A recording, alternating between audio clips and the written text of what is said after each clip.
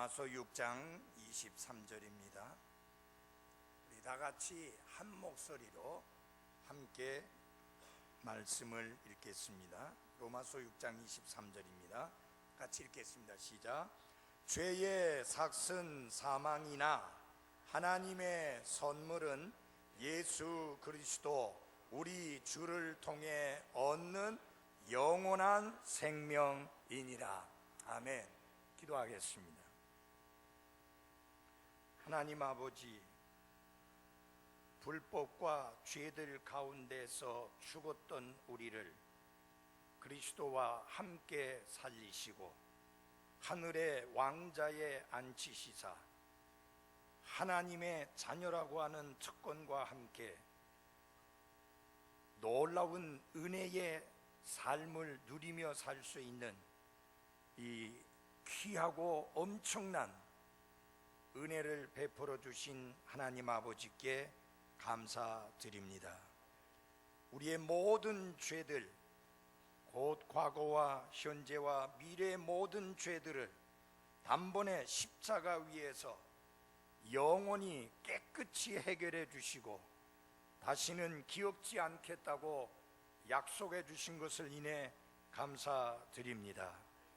우리를 다시 태어나게 하사 산 소망을 가지게 해주시고 비록 이 땅 위에서 육신 가운데 머물며 살고 있지만 우리가 영원한 하나님의 왕국에 소망과 확신을 가지고 나그네의 삶을 살게 해주심을 감사드립니다. 하나님이 얼마나 놀랍고 큰 선물을 값없이 거저 주셨는지 이 하나님의 선물을 다시 한번 살펴보며 우리 마음이 감사와 기쁨으로 충만케 되어지기를 원합니다. 또한 이 자리에 아직까지 하나님의 선물인 영원한 생명을 소유하지 못한 분, 엄청난 특권이요 영광이요 축복인 죄들을 사함받는 기쁨을 모르는 분, 이 자리에 한 사람이라도 있다면 정말 저가 하나님 앞에 죄인인 것을 깨닫게 도와주시고 회개하고 예수 그리스도를 구원자와 주님으로 받아들여 놀랍고 큰 구원을 얻을 수 있게 해 주옵소서. 예수님 이름으로 기도했습니다. 아멘. 앉아주시기 바랍니다.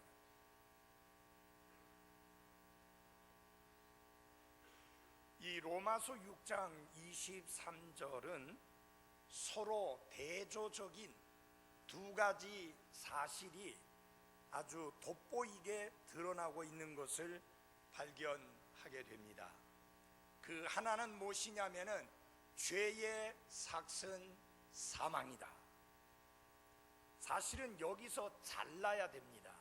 죄의 삭은 사망이나 보다도 반전이 일어나는 내용이 있습니다. 죄의 삭은 사망이다. 그 말은 무슨 말이냐? 죄인들은 지옥에 가야 된다. 영원한 멸망을 당하게 된다.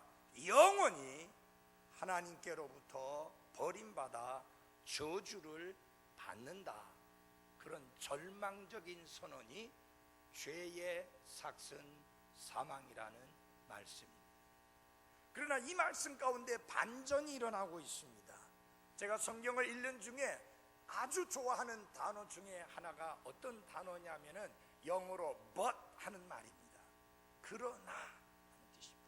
죄의 삭은 사망이나 but 그러나 하나님의 선물은 그리스도 예수를 통하여 예수님을 통하여 얻는 영원한 생명이니라. 구원받지 못한 사람들을 성경은 죄인이라고 부릅니다. 그가 사람들 보기에 얼마나 도덕적인 삶을 살고 있든지 간에 그가 다른 사람들에게 얼마나 선을 베풀며 훌륭하고 모범적인 삶을 살고 있든지 간에 다시 태어나지 않은 사람, 부모를 통해서 태어난 자연 그대로의 사람, 그들을 가리켜서 하나님은 죄인이라고 말합니다. 그들은 구원받지 못한 사람들이요, 이 구원받지 못한 죄인들의 문제가 무엇이냐? 그저 병이 들어있어 치료를 받아야 될 정도의 사람이 아니라 범법과 죄들 가운데서 죽어 있는 자이기 때문에 그들에게 필요한 것은 무엇이냐? 부활의 생명인 것입니다. 여러분, 죽은 자가 어떻게 치료받을 수 있습니까? 죽은 자가 어떻게 고침받을 수 있습니까? 죽은 자에게 필요한 것은 새로운 생명이요, 다시 살아나는 것이요, 부활의 생명이 필요한 것입니다. 에베소서 2장 1절로부터 3절까지 있는 말씀을 보면은 우리가 구원받기 이전의 삶, 그리고 지금 구원받지 못한 사람들의 삶, 이 예배당 안에 앉아있지만 아직까지 구원받지 못한 그 사람의 영적인 상태에 대하여 말씀하시면서 범법과 죄들 가운데에서 죽어 있는 자이다 라고 말씀하고 있습니다. 죽을 수밖에 없는 자가 아니라 이미 범법과 죄들 가운데에서 죽어 있는 자이다. 그러므로 무엇이 필요합니까? 부활이 필요합니다. 무엇이 필요합니까? 생명이 필요합니다. 그리고 그런 상황 속에서 살아가는 삶의 모습을 가르쳐 말씀하면서 공중의 권세 잡은 자, 곧 불순종의 아들들 가운데서 역사하는 그 악한 영, 마귀를 쫓아 마귀를 따라 삶을 살아간다라고 말씀합니다. 뿐만 아니라 자신의 육신의 욕심을 따라 살아가는 것이 구원받지 못한 사람들의 삶의 모습이다. 오해하지 마십시오. 내가 예배당 안에 앉아 있으니까, 나 교회 생활 오래 했으니까 나는 당연히 구원받았겠지라고 오해해서 안 됩니다. 그것은 스스로 속는 것입니다. 다시 태어나지 않으면 예수 그리스도의 보배는 피로 죄들을 사함받지 못하면 그는 절대로 구원받은 자가 아니요, 그는 하나님 앞에서 의인이 아니요 하나님 앞에서 멸망당할 죄인이라는 사실을 분명히 알아야 합니다. 그래서 에베소서 2장 1절로부터 3절까지 절망적인 인간의 모습, 그야말로 전혀 소망이 없는 인간의 모습을 그리고 있는 것이 에베소서 2장 1절에서 3절까지의 말씀입니다. 그런데 반전이 일어납니다. 그 반전이 어떤 단어와 함께 일어나는가? but 하는, 그러나라고 하는 단어와 함께 시작됩니다. but God, 그러나 하나님이, 그 하나님이 어떤 하나님이냐? 긍휼이 풍성하신 하나님이십니다. 죄인에게 필요한 것은 긍휼입니다. 긍휼이 없이는 멸망을 당합니다. 긍휼이 무엇입니까? 마땅히 받아야 할 형벌을 받지 않게 하는 게 긍휼입니다. 그래서 세리가 하나님 앞에 기도할 때 그는 하나님 앞에 아무 소리도 할 게 없었습니다. 하나님이여, 나는 죄인입니다. 긍휼을 베풀어 주소서.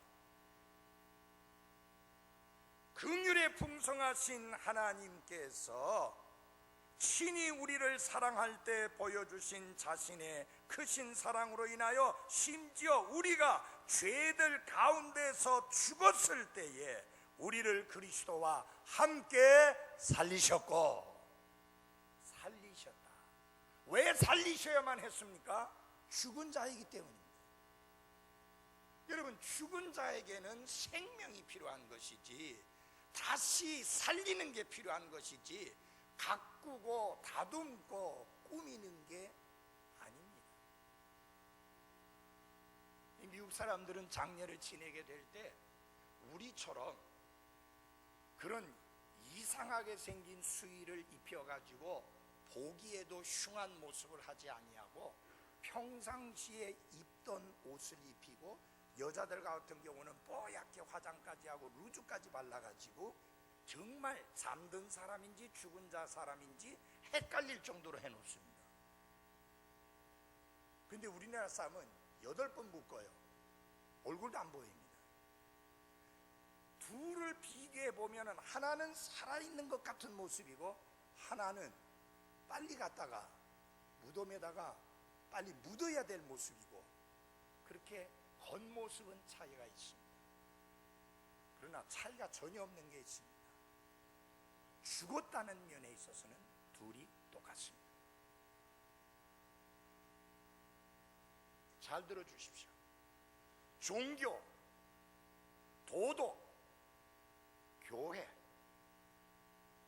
이것은 우리의 겉모양만 좀 더 보기 좋게 만들어 줄 수 있고 변화시켜 줄 수 있을 뿐, 죄인들에게 꼭 필요한, 범법과 죄들 가운데서 죽은 자에게 꼭 필요한 생명은 전혀 줄 수가 없습니다. 교회가 줄 수 없습니다. 종교가 주지 못합니다. 도덕이 주지 못합니다.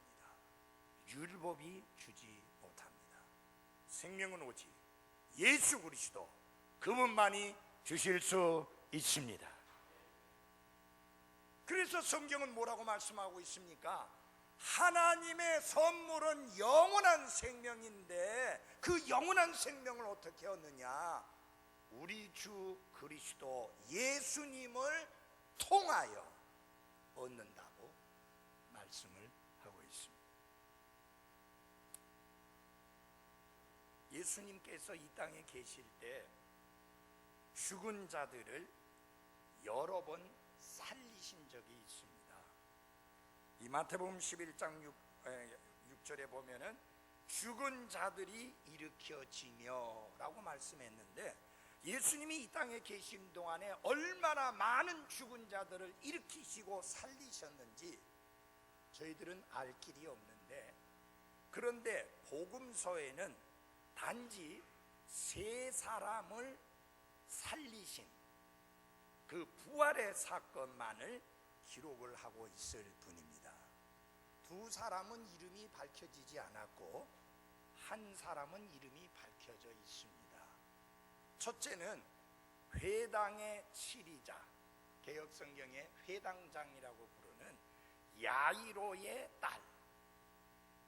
그 딸의 이름은 안 나오고 아버지의 이름만 나와요. 야이로의 딸을 살린 사건입니다. 또 하나는 나인이라고 하는 도시, 개역성경에 나인성이라고 되어 있죠. 나인이라는 도시의 과부의 아들이다. 그 내용만 나옵니다. 그를 살리셨습니다. 또 예수님이 사랑하는 친구라고 불리워지는 나사로, 그를 예수님이 살리셨습니다. 그 경우가 유일하게 이름이 언급되어 있습니다. 그러나 단지 이 3사람만 죽은 자들 가운데서 살리신 것은 아닙니다. 그러나 특별히 이 3사람들의 부활에 관한 사건이 이 말씀에 기록되어 있습니다. 너무 더워진 것 같은데 덥죠? 제가 설교 너무 열심히 해서 더운 건가요? 여러분들 괜찮죠? 네. 자, 이 3가지 부활 사건을 통해서 예수님께서 우리에게 보여주시고 가르치시고 하시는 놀라운 진리가 들어있는데요, 그것은 예수님을 구원자와 주님으로 받아들인 자, 곧 믿는 자들에게 하나님께서 구원과 생명을 주시는 영적인 부활에 관한 귀한 진리를 우리들에게 가르쳐주고 있다고 하는 사실입니다. 첫 번째 우리가 배울 수 있는 진리는 뭐냐? 사람은 모두 다 영적으로 죽어 있다 하는 사실입니다.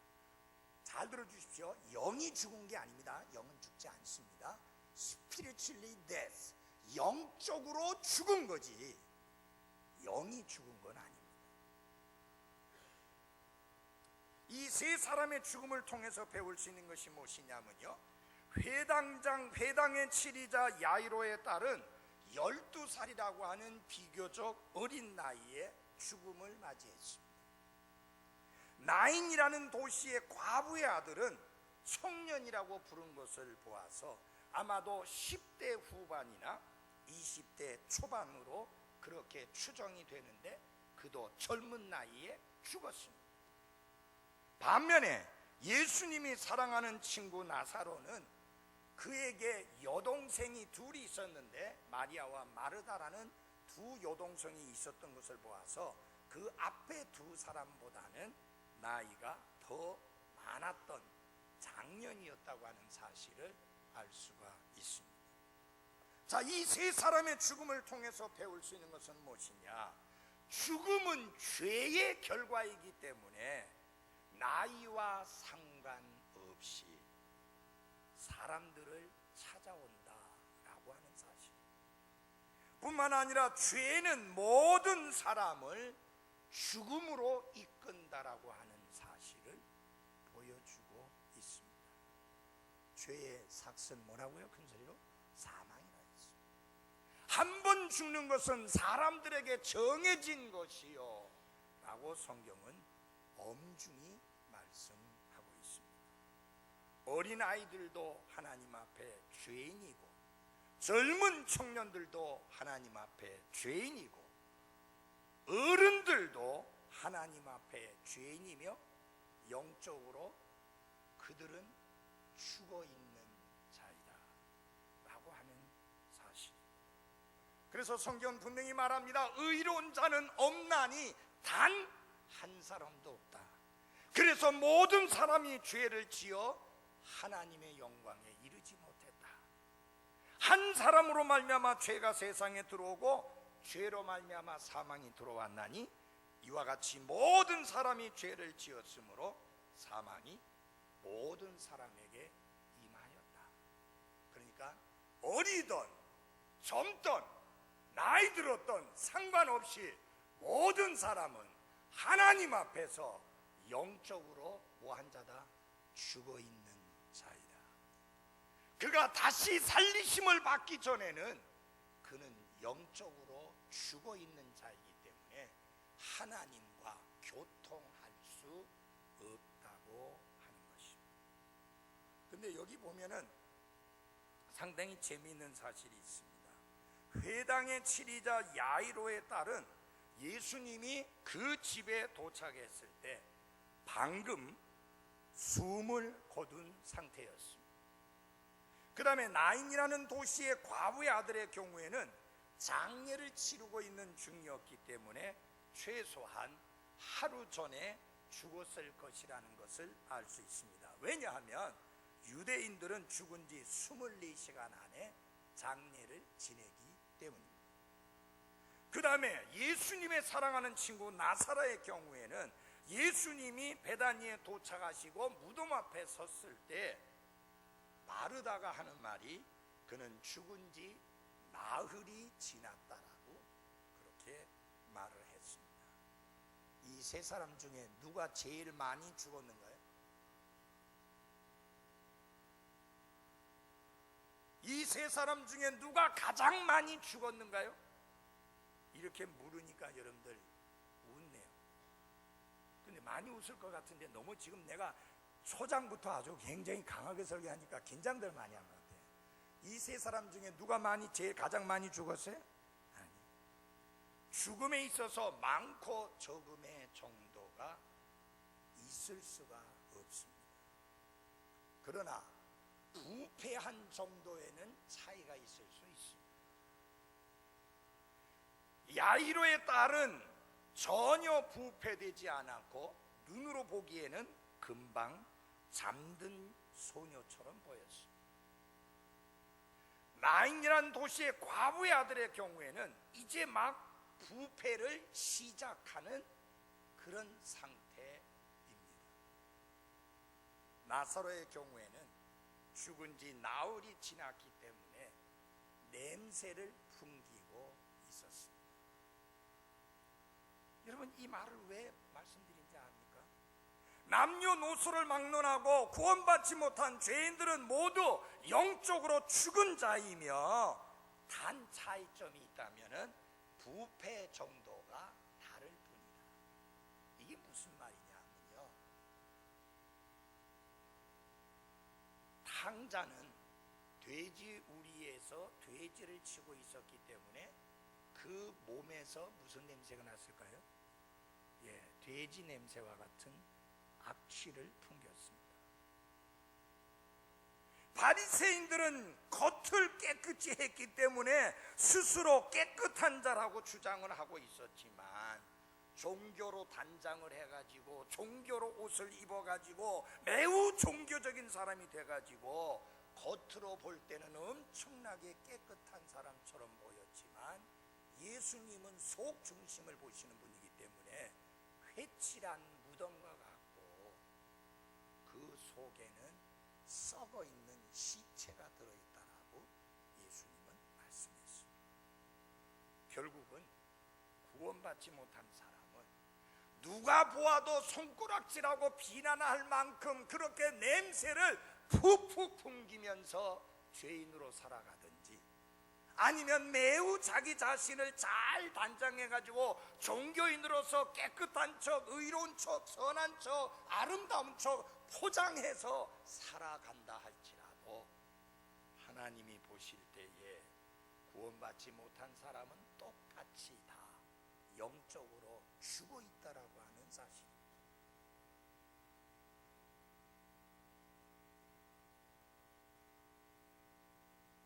죽음에는 차이가 없지만은 부패에는 차이가 있을 수 있습니다.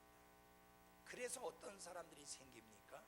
나는 다른 사람들과 같이 아니하다, 그런 주장을 펴니다. 그게 누구예요? 바리새인이에요. 바리새인은 나는 다른 사람들과 같이 아니합니다, 그렇게 악하게 살지 않습니다. 그리고요, 나는 소득의 11조도 잘 드리고요, 금식도 하고요, 선도 베풀고요. 그래서 나는 다른 사람들하고는 같지 않습니다 라고 말했습니다. 문제는 그의 말이 아닙니다.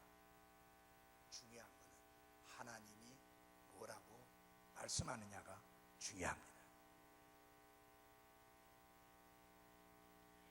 문제가 되는 것은 부패의 정도가 아니라 죽음이라는 사실입니다. 여러분, 종교인이 돼가지고 자기를 포장하고 자기를 치장하고 자기를 가꾸나 속은, 그 속에 그리스도가 없는, 그리스도의 생명이 없는 그런 종교인으로 살다가 인생을 끝내면 마지막은 지옥이에요. 지금 저희 교회를 몇 달이나 나오시면서도 아직까지 구원받지 못하고 있는 거 매우 위험한 겁니다. 나오시는 거 잘하셨어요. 그러나 여기 예배 가운데 참석한 것만으로 내가 구원받은 그리스도인이라는 착각을 버리십시오. 사람은 다시 태어나기 전에는 절대로 그리스도인이 될 수 없습니다. 다시 살아나기 전에는 영적인 생명도 없고 하나님의 자녀가 될 수 없습니다. 하나님의 왕국에 또한 들어가지도 못합니다. 이 땅에서 천년만년 삽니까? 아니에요.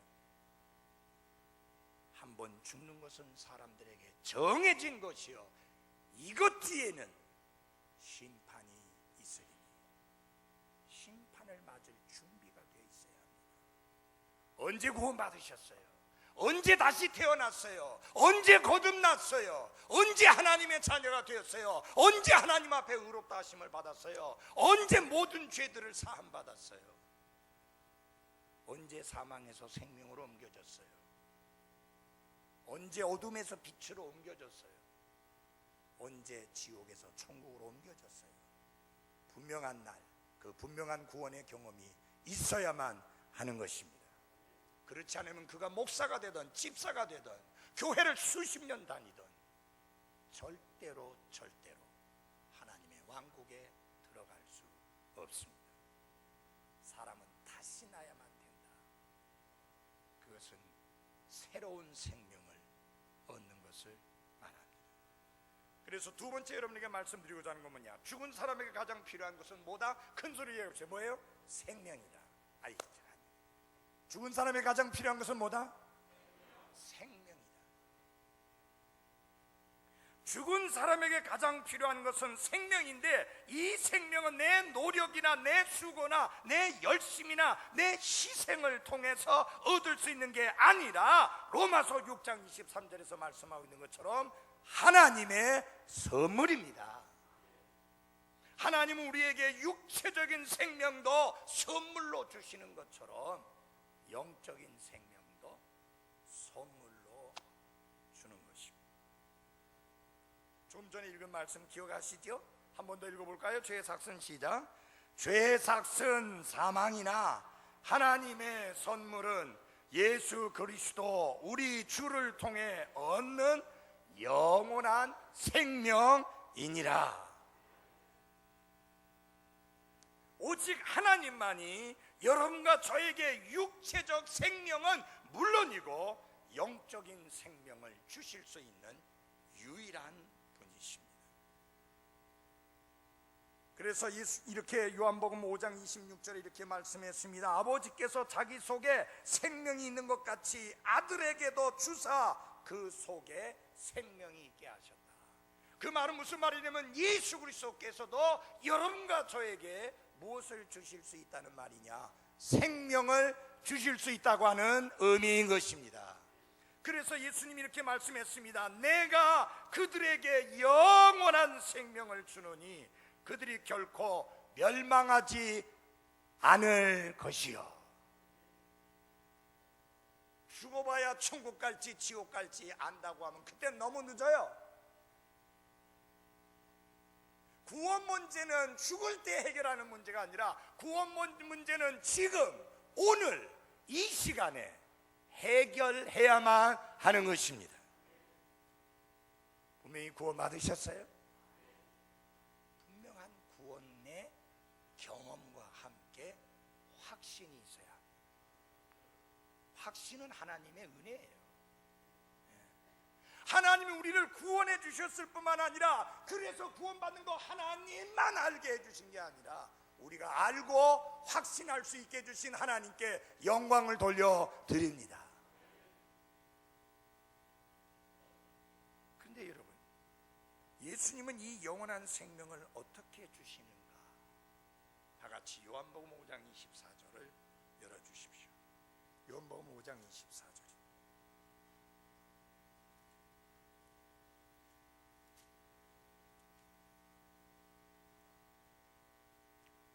제가 읽어드리겠습니다. 요한복음 5장 24절입니다.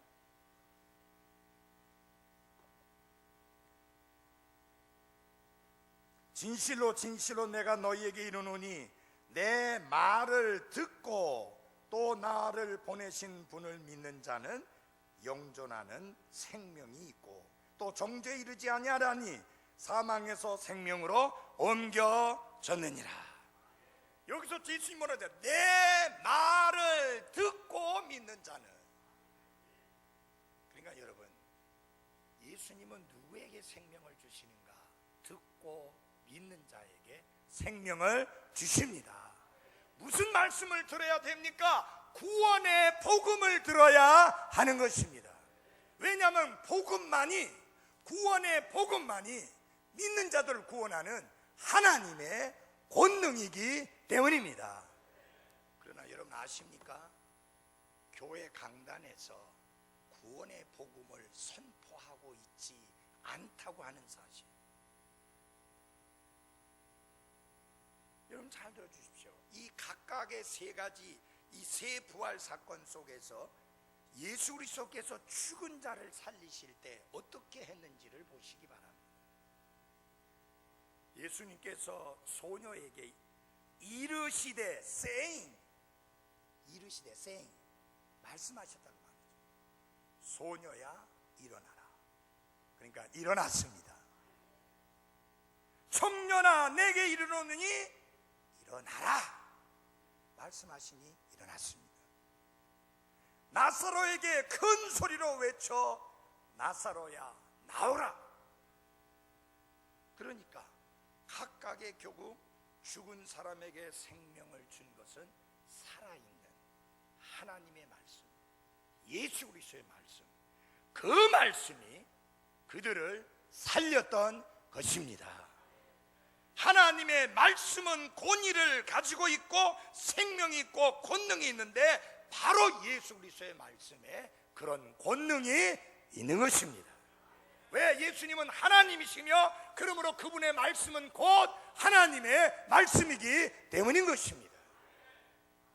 예수님께서 야 비켜라 비켜라 해가지고 들어가가지고 주물르고 만주고 이래가지고 살린 게 아니에요. 말씀으로 살리셨어요. 하나님은 천지와 그 가운데 만물을 말씀으로 창조하셨습니다. 있으라 하며 있었습니다. 예수님이 일어나라 나오라 하니 일어났고 나왔습니다. 죽은 자가. 그래서 사도 베드로는 이 사실을 설명하면서 이렇게 말씀합니다. 베드로전서 1장 23절을 다 같이 열어주십시오. 베드로전서 1장 23절. 베드로전서 1장 23절.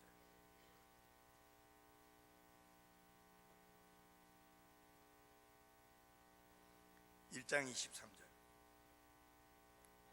너희가 다시 태어난 것은 born again, 다시 태어난 것은 썩을 씨에서 난 것이 아니요 썩지 아니할 씨에서 난 것이니. 그 다음 같이 읽겠습니다. 시작. 살아있고 영원히 거하는 하나님의 말씀으로 된 것이니라. 우리를 다시 태어나게 한 것은 살아있고 영원히 거하는 하나님의 말씀입니다. 왜? 하나님의 말씀은 살아있고 그 다음에 권능이 있다 그랬는데 그 권능이 있다는 말은 권능이 충만하다는 뜻입니다. powerful, full of power, 권능이 충만하다. 얼마나 권능이 충만한지 죽은 자를 살리시는 권능이 하나님의 말씀에 있습니다. 제가 전하는 것은 김효 목사의 이야기가 아니고 살아있고 권능이 충만한 하나님의 말씀을 선포합니다. 내 말은 힘이 없습니다. 내 말은 아무런 도움도 주지 못합니다. 죽은 죄인들을 살리셔서 하나님의 자녀 되게 하시고 다시 태어나게 하시고 그로 하여금 영원한 생명을 얻게 하는 그 권능은 살아있고 영원히 거하는 하나님의 말씀에 있습니다. 이 말씀을 받아들이면 그는 죽은 자 가운데에서 살아나게 되고 그래서 사망에서 생명으로 옮겨지고 어둠에서 빛으로 옮겨지고 지옥에서 천국으로 옮겨지는 것입니다. 어떤 사람이 제가 교회 다니다 보니까 어느 날 보니까 제가 거듭나 있던데요, 다시 태어나 있던데요, 구원받아 있던데요. 헛소리 중에도 가장 헛소리예요 그거. 여러분 요새 자동이 참 많이 통하는 시대죠. 문 앞에 딱 가서 서면 알아서 문 열려주잖아요. 그런 거는 자동이 있을 수 있어도 구원은 자동이 없습니다. 다시 태어나는 것은 자동으로 안 됩니다. 말씀이 있어야 합니다. 성령님의 역사가 있어야 합니다. 사람이 태어나려면 아버지와 어머니가 있어야 되는 것처럼 하나님의 말씀과 성령님의 역사가 있을 때 한 사람이 죄인인 것을 깨닫고 회개하고 예수 그리스도를 구원자와 주님으로 받아들여 구원받게 되는 것입니다. 성경은 이 구원을 가리켜 이같이 큰 구원이라고 말했습니다. 구원을 그냥 크다고만 하지 않냐고 so great salvation, 이같이 큰 구원이다.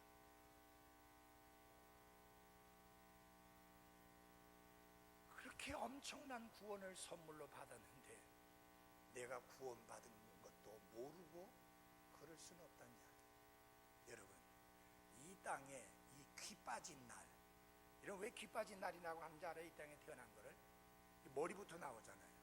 머리 부분 중에서 제일 밖으로 삐쳐나와 있는 게 귀입니다. 그래서 이러면 귀가 빠지면 다 빠지는 거예요. 그래서 귀 빠진 날이에요.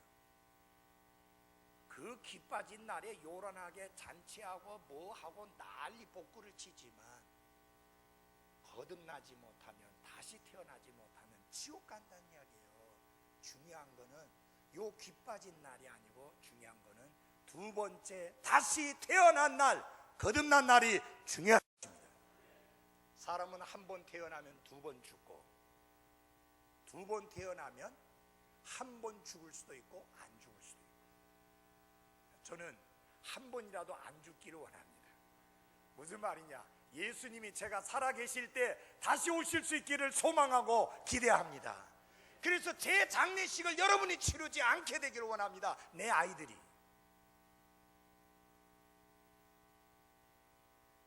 근데 여러분, 저는 언제 구원받았는지 압니다. 그 날짜를 확실하게 적었습니다. 왜요?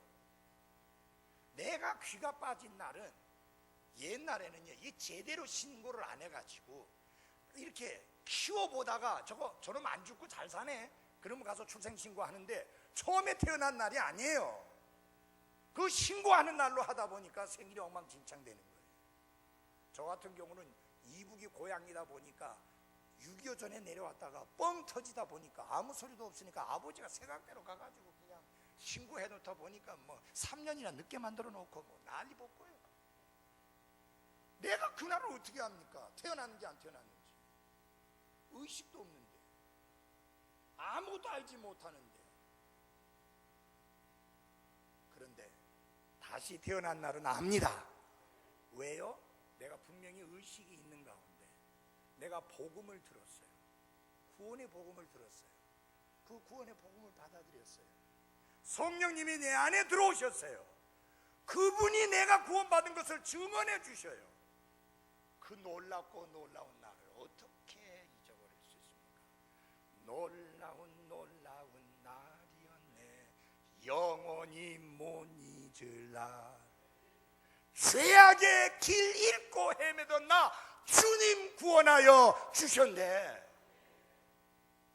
어떻게 그걸 잊어버려? 영원한 생명을 선물로 받았던 그날, 그 경험, 그걸 어떻게 잊어버려?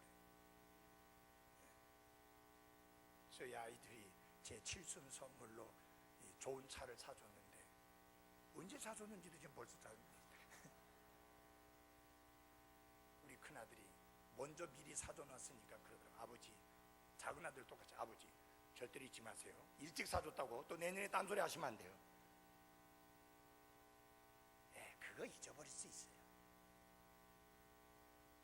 그런데 이같이 큰 구원이거든 어떻게 잊어버립니까? 내가 사망에서 생명으로 옮겨진 날입니다. 어둠에서 빛으로 옮겨진 날입니다. 지옥에서 천국으로 옮겨진 날입니다. 죄인에서 하나님의 자녀로 옮겨진 날인데 이거 어떻게 잊어버려요? 에? 여러분, 분명히 그 날이 있습니까?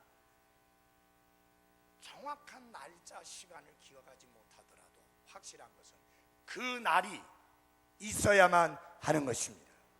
구원받은 그 날, 구원받은 그 시간, 구원받은 그 분명한 경험 있어야 하는 것입니다.